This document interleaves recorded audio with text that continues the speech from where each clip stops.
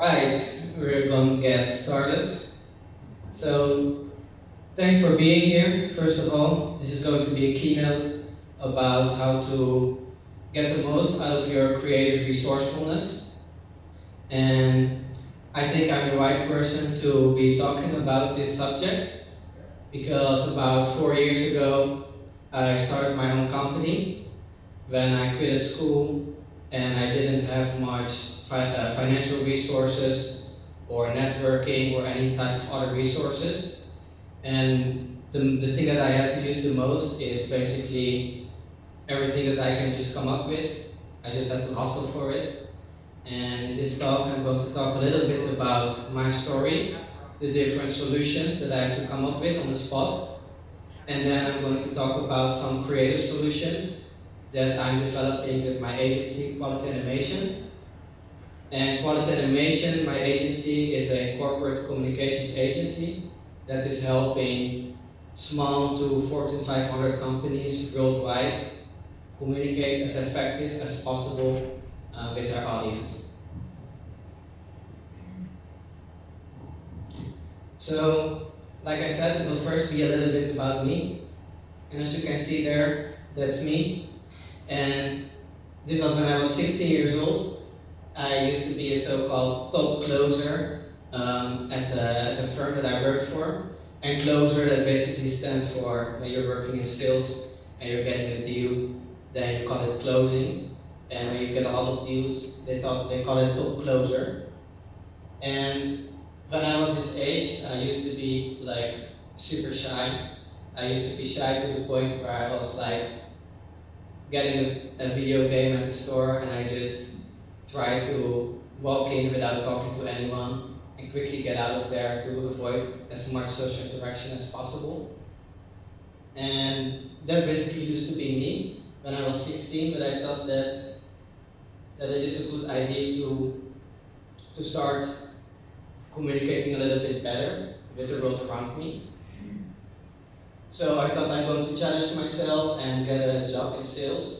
And the first 20 jobs I just got, they didn't even want to take me. At the end of the interview, they always told me that I was better off working at the customer service because they thought I was nice, but I was not a closer. But one of them, they gave me a chance, and I had to go on the street and I had to subscribe people, which was very difficult for me. I can still remember the time that I went for the first time to my first job, that I just felt like almost throwing up in the tram because it will be so difficult to start talking to people. But once I got there, I had actually a very good mentor who was helping me out. And when I was interacting with the first people, I actually started realizing that even though I was shy, that I could use this in my own benefit, which is also the first point that you will see there, just using my shyness in my own benefit. So what I actually did was I saw that this other mentor of mine, he was talking to other guys and he was like making buddies with them. But I found that it worked for me. I was just walk up to girls who were taller than me, who were good looking, so I got even more shy. And then actually they felt so bad for me that they just signed up. So that was basically the first trick that I started using. And then at least I was reaching the minimum, so I didn't get kicked out of the company. So that was the first creative resourcefulness that I had to use. And then I started swapping the location. And a swap basically means that you like switch something, you turn something around. So I used to be placed on the street, but I thought it would be a good idea to just go where people already were going anyway. I was realizing that every time I was talking to students, that was my target audience, that they were going to university. So I thought, what about if I'm going to be standing next to the university, then there will be more opportunities, then there will be more closes. So I was just standing next to the university, and if anyone was coming in or was coming out, I just tried to sign them up. And I took it a little bit further. A few months later, I just started to get into school, just sit somewhere. They just let me in because I was also a student, and just subscribe people in the school. And then I built partnerships in the school So I found some students and I said, if you can bring the whole class here, then I'm going to give you a cut of the sale. So I give them a little bit of money for bringing people. So basically, I kind of had a 4-hour work week. I just went in, I did 4 hours of work per week. I went into the university, there were people waiting, people signed up. And then I got social proof, so some people saw me already signing up. So then other people, they see it and they also automatically want to sign up. So they also signed up, and then I became basically the top closer of this firm. They did kick me out eventually, but yeah, that was a good time. Yeah. If you have any questions, you can just put up your hand at any slide. That's not a problem. But I had to sign them up for vacancies and for discount opportunities and like a few other different things. So I had like a document and I could sign them up for many different things basically. For everything I got a little bit more money. And then we go in my life a little bit further. I was fired from this other company, so I had to get a new job. I was about like 18, 19 back then, and I used to study microbiology, but I didn't really like my study, so I decided to drop out and do something myself. And there was this company that was like traveling and doing self-help and giving like seminars all around the world. And I thought the life that they have, that's really something that I want to do myself. So I really wanted to get this job. You can see this was really nice, the job. Their headquarters were based in Budapest. And I thought I just really need to get there. And one of the first things I did was just doing a little bit more than people would expect from me. So I could recommend that to anyone who's basically looking for a job or who's looking to advance in your job. Always just do something a little bit more than that people are expecting from you. Just go to your job a little bit earlier, leave a little bit later, do a little bit more work, and people will always recognize it. And when I wanted to work there, there were in total like 30,000 applications. So I thought I had to stand out. So what I did was create a video where I was explaining who I was and why I wanted to work there. But I thought many people who are going to apply, they will be also creative, so I have to go even a step further. So what I did was get someone to also work at this company before, to give a recommendation in the video. So I was creating a video, he was sitting next to me and telling in the video how good it was for them to hire me, basically. And then I sent it to them, and then they picked me, and I got this job. They flew me over there. It wasn't too much time before they also fired me, but at least I made it there, and I had a great time there. And I have actually a question. If maybe one of you guys also have made a video recruitment, like a video interview to get a job, or only videos. You made it? Was it required? Oh, it was a requirement. Yeah, it was actually like right now it's getting way more like a requirement, but back then, this was in 2015, like nobody was doing these videos. And especially nobody was doing videos where they're getting a recommendation for someone else. And that is where it's coming in, to think outside the box in combination with doing a little bit more. Then you can really get yourself in opportunities that you otherwise won't get into. Okay, here I've already started my company, so I have to get back in time a little bit. So when I was working for this company in Budapest, they unfortunately had to fire me. It was not really working out. And I was in the airplane back, and I was thinking like, shit, what I'm gonna do now with my life. If I don't want to get back to study, I don't want to get a job. Maybe I can just work for myself. When I was working there, I saw other people who were entrepreneurial, and I thought that they were not any better than I am. So I just tried it, and I just started my own company. I was looking out on the internet for some mentors, and one of the mentors recommended me to send basically the same type of video that I did to get my first job, to get my first project for my company. So what I did was, I just went to people's website, and then I created a video with like a little webcam there.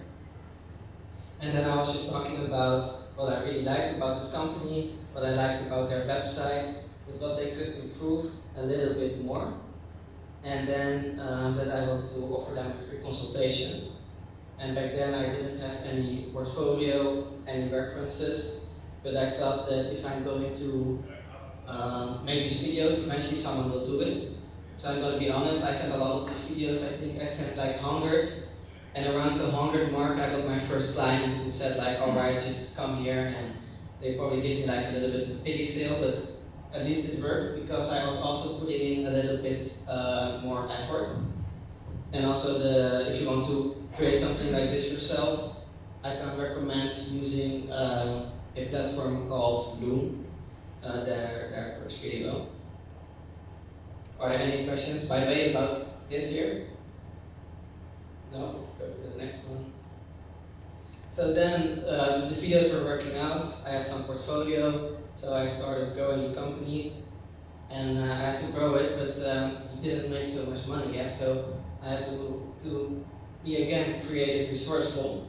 So I was thinking that actually in a country called Suriname in South America, that they speak actually perfectly Dutch, but this country is less developed, so the monthly wage is way lower than in the Netherlands. So I just went on the internet, on Facebook groups, and I was there saying that I am looking for an assistant initially, and then later I also tried to find designers there, and I'm basically really trying to build a team there in Suriname as well, which will be about 4 times lower cost than it will be anywhere else in the Netherlands, for example. Any questions about this? If you have at any moment any question, then you just put your hand up.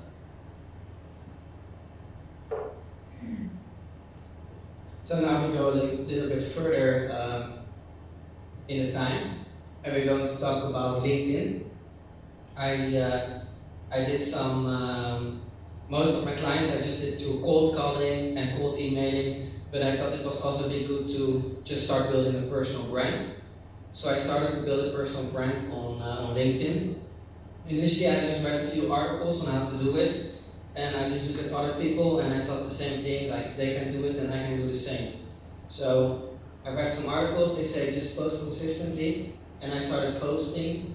And right now, like I did 1 year of a lot of posting, and as you can see here, this is one of my last posts, got 90,000 views.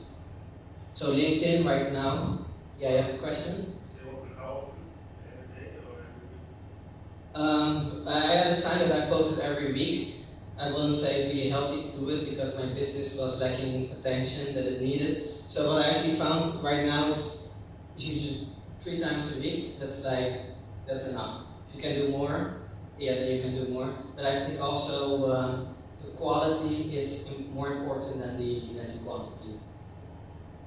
And yeah, as nice as it is to give talks, the nice thing from LinkedIn is that you can get a lot of views. Like here I was in front of 90,000 people, so that's a lot of people who are getting my brand out there. And also there are many platforms where you can show yourself, like Instagram and Facebook, and YouTube. But the problem is that these platforms, they are a little bit older. And because of that, when you post something, then only your friends will basically see it. And because there are so many people on the platform. But the thing with LinkedIn is that it's a new platform, and they basically don't have enough content to show it to everyone. So that means that if you are going to post something, and your friends will like it, then your content is going to be seen by people who also like it. So that means that your content will go outside of your platform. So when you post something on Facebook, only your friends see it. If you post something on LinkedIn, your friends will see it, but also there's a high chance that the friends of your friends will see it. So that's why currently LinkedIn is the best platform to start building a brand. And this will definitely not stay like this forever. Like this is basically the golden age of LinkedIn. In about 2 to 3 years, it will be the same as YouTube, the same as Facebook. You will post something and only your friends will see it. So if you're thinking about it, I would really take this chance right now. And if you start building a brand, most important is to start posting consistently. So let's say at least 3 times a week. And also make sure that you're using a variety of different postings. So don't just only create videos or only articles, because you have to be thinking about your target audience. Many people, they are sitting in the train and then they cannot look at your video because they cannot hear it. Or they are at home and they feel a bit lazy and they don't want to read the whole article. So people are in different situations and you basically want to give them the right content at the right time. And this is going to be the highest probability if you are able to have a variety of different posting. So what I do myself is once a week I share a video, and then I also share once a week an article or a textual post, and then once a week I'm sharing something creative like an infographic, and then you basically have the combination of both a video and also an article at once. And then my following really started growing when I did collaborate. Oh yeah, the question? One question, what kind of posts have the most engagement? Oh yes. So you're asking what kind of posts have the most engagement? You drop different video content, like videos, like something with any text. What has the most engagement for you? Yeah, I would say it's not a specific post that get the most engagement, but it's more the way that you are presenting the post. So what I found is, if I want to get a lot of views on a post, then I have to make sure that the beginning is going to be attractive, especially the title has to be attractive. Because it's the first thing that people see, and basically, based on the title, they decide if they are going to read further or not. So just making this title as attractive as possible, that's the most important part. And it really started growing when I did collaborations with other people who are also having a following on LinkedIn. Then I just did a video together with them, and then the nice thing is that their following will be introduced to me, my following will be introduced to them, and then I think this is the quickest way that you can grow. And then the last one, I have to say, you just have to not give a fuck when you are on LinkedIn, because I hear many people and they are scared to put out a video because it's not good enough, or they write something like an article and they think it's not good enough. And I think you have to really, you just should not care about what people think of you. If you create a video and it's not so good, then that's just who you are at that moment. And it's better to just accept it and not be going for some standards of perfection that's not even real anyway. Like my first videos, they really sucked. Like they were like 8 minutes. People only watch the first 30 seconds, but I just keep dropping the videos, and eventually they just get better. Like the most important thing is that you just get started, and also you have to put a little bit of your personality into it. So you cannot, if you are only thinking about articles, what you read, and then you want to put this information for the article into your video, then there's no chance for people to start building a connection with you personally. When I think of something funny, I just post it. Like I like to post a lot of memes on LinkedIn. People sometimes they don't like the meme. Sometimes I wake up the next day and I think, shit, I shouldn't have posted. But shit happens and you just do it. And I lost a lot of followers. I gained 10,000 followers last year, and I lost like 700 followers because they probably just didn't like my content. But I give a chance for people who like my content to become a real follower and to also be connecting with my own type of humor. Any questions about LinkedIn? No? Okay. I have a question. Yes. So I follow you, and I like your content. For example, last we had a video with focused on humor. How did people receive that video? Was it more, did it do better than the rest of your videos, as you showed a lot of your own humor in video, or did it do less? That's a good question. So I posted a video about humor a few weeks ago. And actually, the same video I posted a year ago. I just did a repost because it did very well. Actually, back then, last year, the video went viral. This time I only got 500 views, so I don't know exactly how the platform works.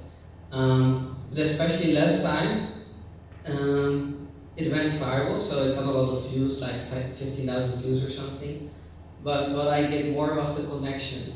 So I posted it, and then there were people who were sending me a personal message, and they were saying that they really liked my sense of humor, that they liked this type of content. So I will not say that it's the best video to go viral, but since I was putting a lot of personality into it, it's a great way to connect with your audience, because these are basically two different things. But definitely the effect there was very strong. Yeah, but that's the thing with LinkedIn, I don't understand. So when I drop like logos and stuff, like the corporate stuff, people like it. But when I drop stuff that's out of the box, then it's like 3 times the engagement I get on the normal stuff. Yeah, well, it's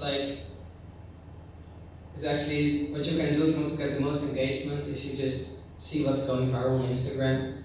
You just copy paste it, you drop it on LinkedIn, because eventually we are all humans, and if you're on Instagram or if you're on LinkedIn, it doesn't really matter. You're just going to like something that's like super engaging, super funny. The only thing is you have to look out, because if you do content all the time that is maybe funny, then people are not going to take you serious anymore, and they follow you because of your funny content and not because of your business. So ideally, you can find a way to combine both of them. It's important to get a lot of engagement. It's also important that they connect with you. So you can just take your time and just post whatever you find funny, and over time you will find what is a good sweet spot between the two. Okay, we are already on the next slide. So right now, basically enough about me. I'm going to talk about my business. So again, like Quality Animation, we are a studio here in Rotterdam, and we are helping small to 500 companies communicate as effective as possible with their target audience, as well as internally with each other. And we do this mostly by creating infographics and animation videos. And we basically create different solutions that we are implementing. And one of the solutions is a sales video.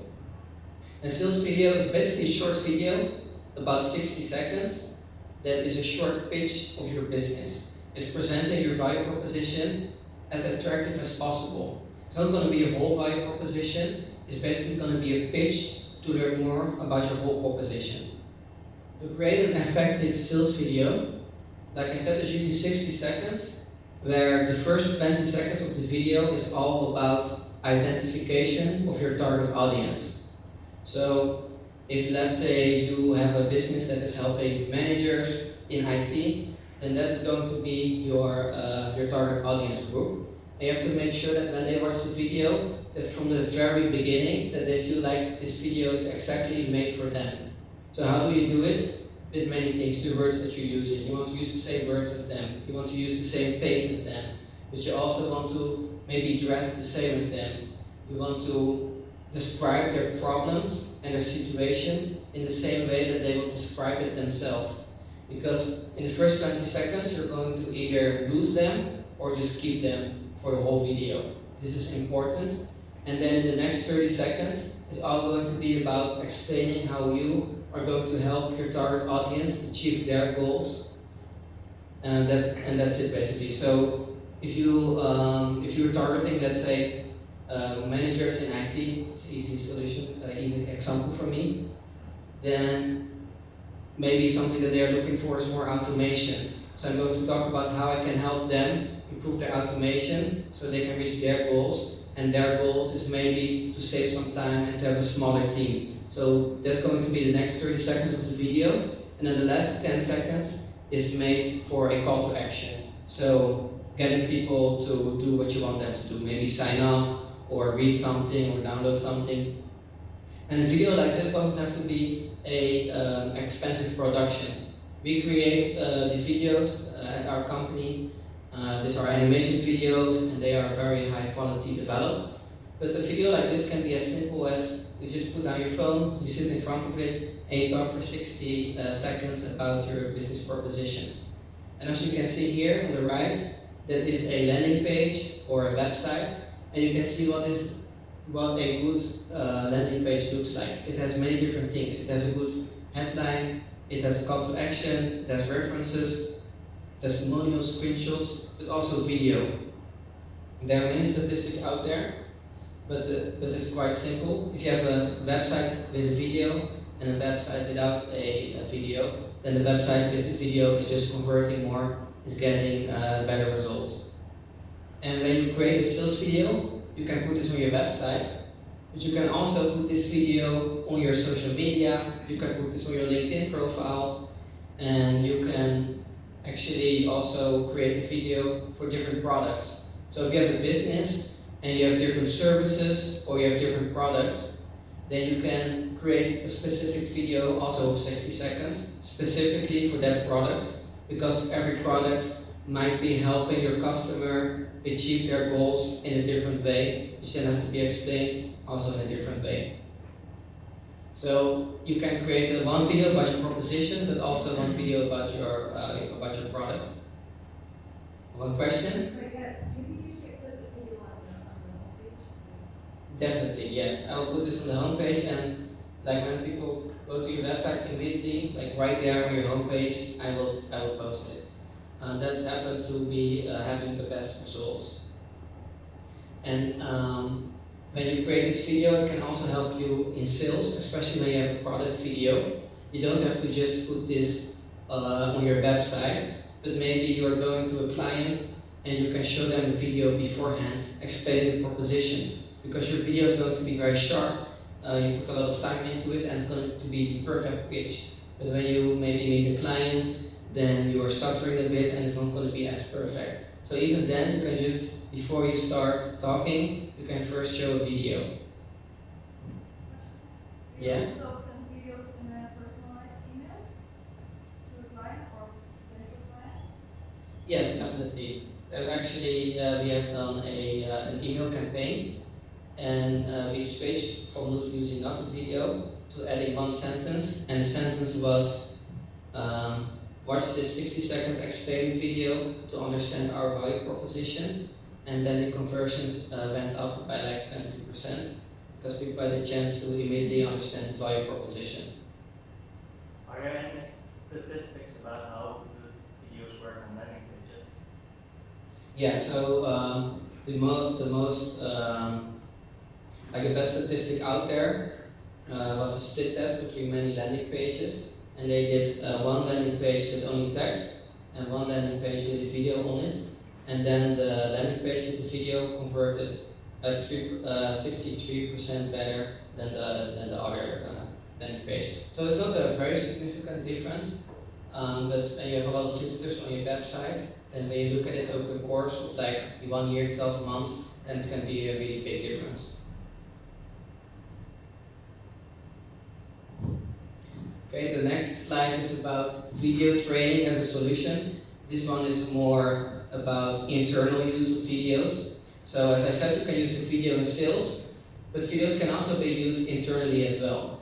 So think about, for example, onboarding. If you are working in a company, then you have the HR manager. The HR manager every month has to onboard new employees who are working at the company, and then they are saying the same thing over and over and over again. And at our company, we have helped companies just save hundreds hours of time a year by just creating one video explaining what is the onboarding process, what are the rules of the company, what time do they have to be there, just basic things. When you put this in a video, it will save a lot of time. Also the rules of the company, can you put in a video, because if you're going to say the rules, then people are not going to like you. But if you create a video, you can make some jokes about the rules, and then people don't mind looking at it. And then also you can create some inside jokes. So instead of saying, for example, oh, you are late again, you can just make some joke about how someone is late and then relate back to it, and then you're going to keep a way better company culture. And then lastly, there's the e-learning. The companies they have to help the employees also grow. And also here, are you going to provide them like a boring brochure, or maybe also put a few videos in to help them engage a little bit better?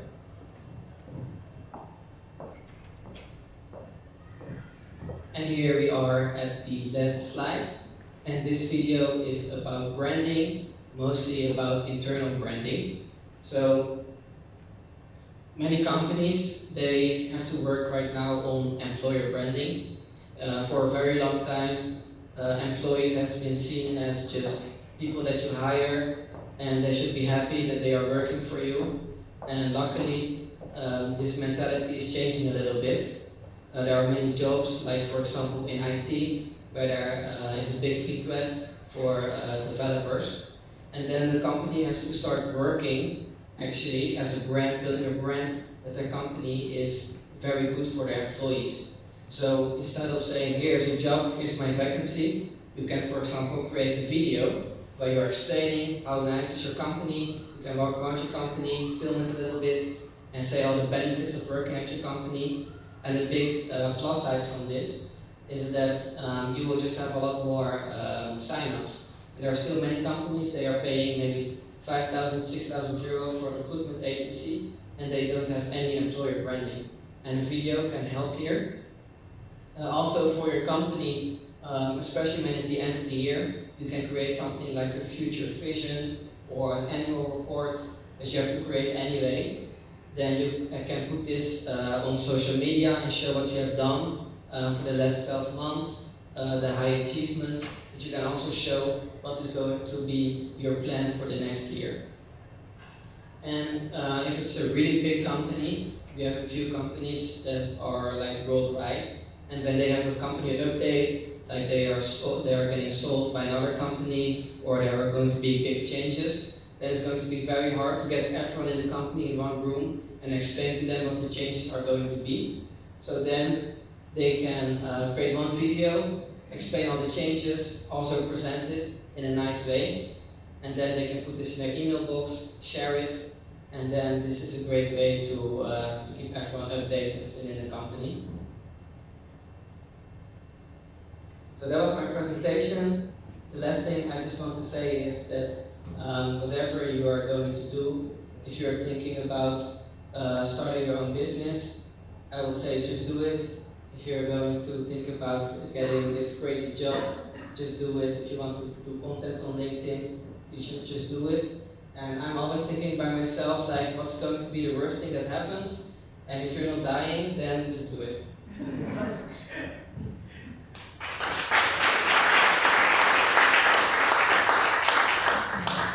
Thank you. Are there still any questions afterwards? Then you can just ask them. What are your plans for the future? Well, my plan is to start working on my offline branding. So last year I went crazy on LinkedIn. I just posted to the point where people really start recognizing me. And now I want to do like more talks like this. I got some questions to speak at the universities, and I basically just want to work on my offline brand. That's what I'm going to do. Yeah? You said that you have employee in Suriname. Is it easy to control an employee out of Netherlands?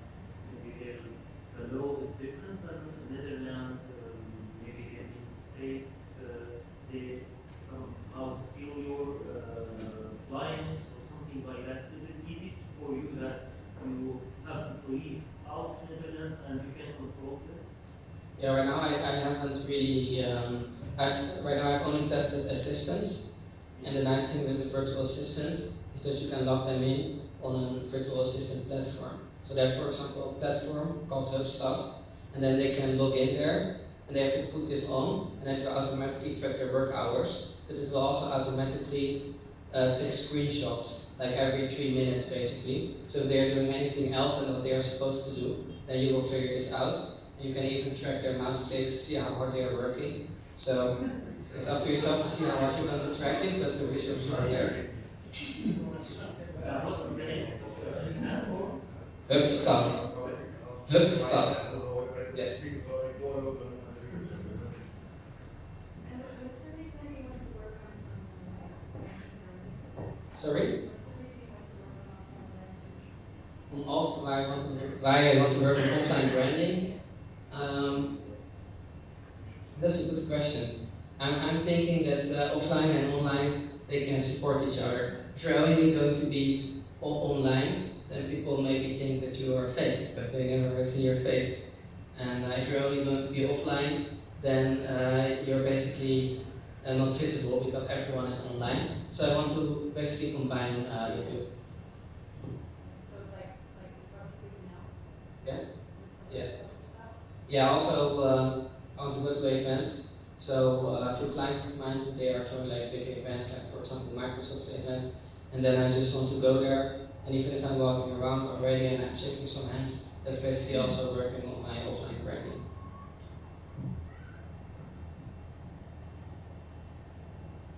Alright, well if there are no questions anymore, I'm not going to keep you here, just get some alcohol and enjoy yourself.